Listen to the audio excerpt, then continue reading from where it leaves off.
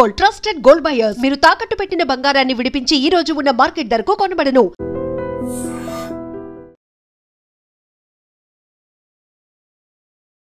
నమస్కారం, welcome to I dream. ధర్మ మార్గం విత్ విజిత కార్యక్రమానికి స్వాగతం.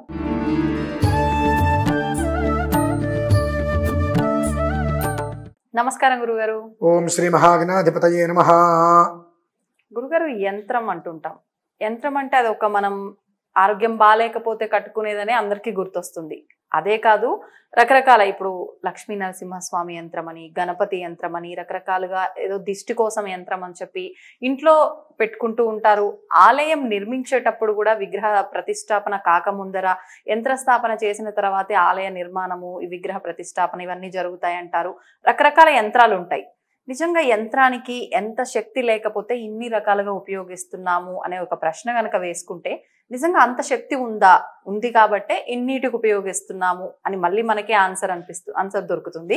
సేమ్ టైం మనమే క్వశ్చన్ వేసుకుంటాం, అసలు ఏముంది యంత్రానికి శక్తి, ఆ ఒక్క చిన్న రేకు ముక్కలో ఇంత శక్తి ఉందా, ఇలా అనుకునే వాళ్ళు కూడా ఉంటారు. అసలు ఏంటి నిజంగా దాని గురించి తెలియజేయండి. యంత్రరాజము యంత్రాలకి పేర్లు, అందులో శ్రీచక్రం యంత్రరాజం.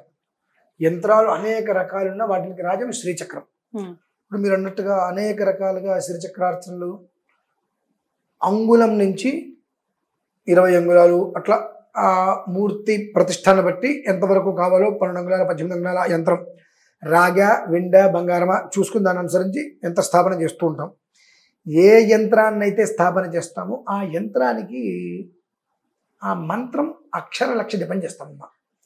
చేసిన తర్వాత వాటికి ధాన్యాదివాసము, పుష్పాదివాసం, దయ్యాదివాసం ఇలా అనేక రకాలుగా చేసుకుంటూ వస్తాం. అక్షర లక్ష అంటే ఒక అక్షరం లక్ష జపం చేస్తాం. కరెక్ట్ అన్నది రేకు ముక్కే కదా, ఇంత జపం చేస్తే అది దానికి శక్తి ఎలా వస్తుంది? ఓకే, చాలా వెరీ వండర్ఫుల్ క్వశ్చన్.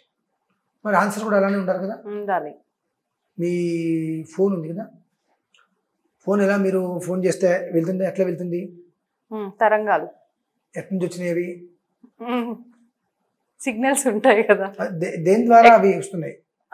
ఎలా చెప్తారు? అంటే మీరు సిమ్ పెట్టారు లోపల, అంటే ప్లాస్టిక్ ముక్కకి ఇంత రాగి ముక్క అతికిచ్చారు.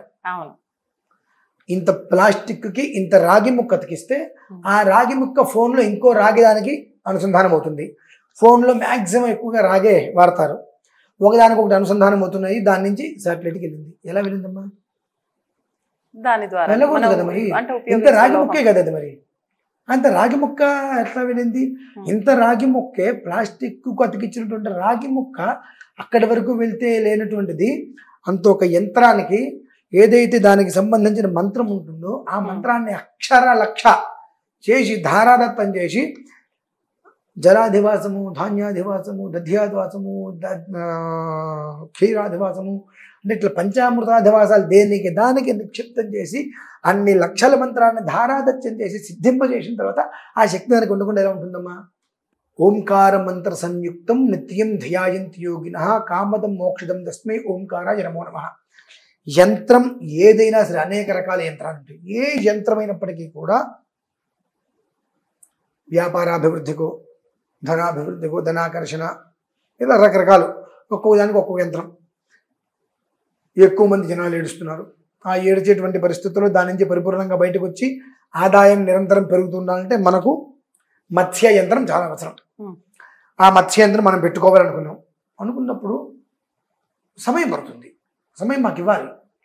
ఆ సమయానికి దానికి మత్స్యాననాయ సోమక సురభంజనాయ అనిమాద్యష్ట సిద్ధి విభూతిం దేహి దేహి స్వాహ ఎన్ని కూడా అక్షర లక్ష జపం చేయాలి, ధారదత్తం చేయాలి.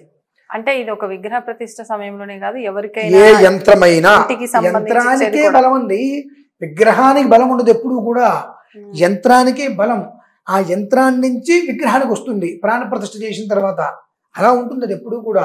అంటే ఇప్పుడు మనం ఉన్నాం, మన లోపల ఆత్మ ఉంది కాబట్టి మనం చేతులు కాళ్ళు పైకి లేపుతాం. ఆత్మ బయటకు వెళ్తే చలనం ఉండదు. సో ఆ విగ్రహం అనేటువంటి చెక్కి శిల్పశాలలో ఉన్నంతసేపు నార్మల్ విగ్రహం, బొమ్మ, ఒక కళ చక్కగా చెక్కాడు. దాన్ని తీసుకొచ్చి యంత్ర ప్రతిష్ఠ చేసి యంత్రం మీద దాన్ని కూడా విగ్రహాన్ని ప్రతిష్ఠ చేసి ప్రాణ ప్రతిష్ఠ చేస్తే భగవంతుడు. అది ఎలా అయితే వస్తుందో ఈ మంత్రాన్ని అనుష్ఠానం చేసినంత మొత్తం అందులో నిక్షిప్తం చేసి అధివాసాలు మొత్తం పూర్తి చేసుకొని దానికి ఒక రక్షణ కట్టి దాంట్లో పూర్తిగా నిక్షిప్తం చేసి ఆ మనిషికి అందజేయాలి. అప్పుడు అది వేల రెట్లు వృద్ధి చెందుతుంది. ఏ రకంగా అయితే కనుక ఒక ఫోను అలానే ఎంత పెద్ద ఫోన్ కొనుక్కున్నా ఏం చేసినా ఒక పిడుగుపాటు పడితే కొంతసేపు ఫోన్లు పనిచేయవు.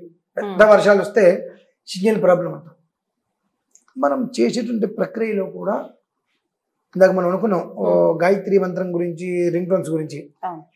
సావిత్రీం భౌ అనుబ్రూహితి బ్రూయాతు అన్ని రకాల యొక్క మంత్రాలని ఉపదేశం తీసుకొని దాదాపుగా సిద్ధింపజేసుకున్నాడు అనేటువంటి వ్యక్తి ద్వారా ఆ విధానాన్ని మనం అనుసరించుకుంటూ వెళ్తే సిగ్నల్ ఎక్కడా ప్రాబ్లం రాదు.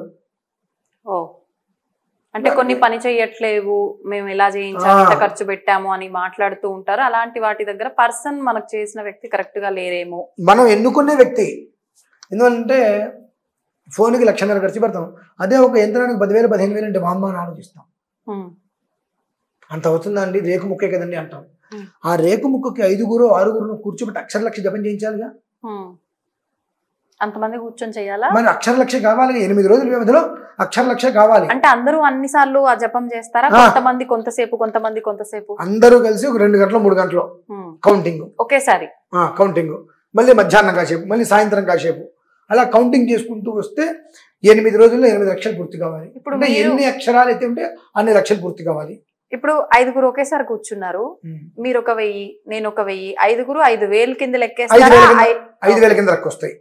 అలా 8 లక్షలు, ఎన్ని అక్షరాలు అంటే 2 లక్షలు కావాలి కదా. మరి అన్ని లక్షలు నీ కోసం వాళ్ళు టైం స్పెండ్ చేసినందుకు వాళ్ళ జీవనాధారం నువ్వు చూడాలిగా. ఇవన్నీ మనం చెయ్యం. ఎంత తక్కువకి వస్తే తక్కువ చేసుకుని వెళ్ళిపోతున్నప్పుడు దాని యొక్క శక్తి ఎంత ఉంటుంది. తక్కువ చేస్తున్నారా అక్కడ వాళ్ళు కూడా? అవతల వ్యక్తికి అవగాహన లేనప్పుడు వామ్మో ఇంత ఖర్చా, నేను ఒక 4-5 వేల రూపాయలు పూర్తి చేసుకుంటా అన్నప్పుడు నీకు అందరూ సంఖ్య పూర్తి కావాలిగా. సంఖ్య పూర్తి కానప్పుడు దానికి వయస్సు 9 నెలలు 5 నెలలు 7 నెలలే ఉంటుంది శక్తి. పూర్తిగా చేస్తే 36 నెలలు 42 నెలలు అలా ఉంటుంది. అంటే ఎలా చేసినా ఒక యంత్ర శక్తి 2-3 ఇయర్స్ కంటే ఎక్కువ ఉండదా? మాక్సిమం 5 ఏళ్ళు అండి. 5 ఇయర్స్ ఇంట్లో పెట్టుకునే. దేవాలయంలో వేరు.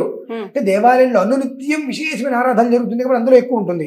ఇంట్లో నిత్యం అర్చనలు ఉండవు ఇంకా దానికి. కాబట్టి 4.5 సంవత్సరాల వరకు హైయెస్ట్ ఉంటుంది. దానికి అయ్యే సమయంలో మళ్ళీ ఒకసారి దానికి పునరావృతం చేసుకోవడం. ఇప్పుడు ఆ ఫోన్లోంచి ఎలా అయితే కనుక కమ్యూనికేషన్ నడుస్తుందో అదే రకంగా యంత్ర ప్రభావం అనేటువంటిది ఓంకార మంత్ర సంయుక్తం నిత్యం ధ్యాయంతి యోగినః. ఆ ఓం అనేటువంటి మంత్రంతో ప్రతిసారి కానీ చేసేటువంటిది వేల సంఖ్యలో వృద్ధి చెందుతూ మొత్తం అందులో నిక్షిప్తమై ఉంటుంది. ఆ నిక్షిప్తం శక్తితో ఉన్నటువంటిది మన ఇంట్లోకి వచ్చి నీటిలో అలా ఉండి ప్రతిరోజు ఆ నీటిని మనం పారబోస్తామని పెట్టుకోవడం వల్ల వృద్ధి చెందుతూ మన ఇంటి పరిసరాలకు ఎక్కడికి కూడా నెగిటివ్ అనేటువంటి రాకుండా జనాకర్షణ ధనాకర్షణ అనేటువంటి తీసుకొస్తుంది యంత్రం. సో దానికి ప్రధానం మంత్రం.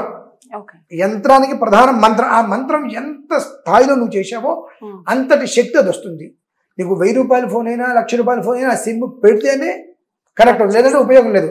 సో నువ్వు యంత్రం బంగారం తీసుకున్న, వెండి తీసుకున్న, రాగి తీసుకున్నా ఆ మంత్రాన్ని అందులో నిక్షిప్తం చేసేటువంటి శక్తిని అనుసరించే అది ఉపయోగపడుతుంది. దాని యొక్క శక్తి ప్రజ్వలింపు చేస్తున్నట్ల.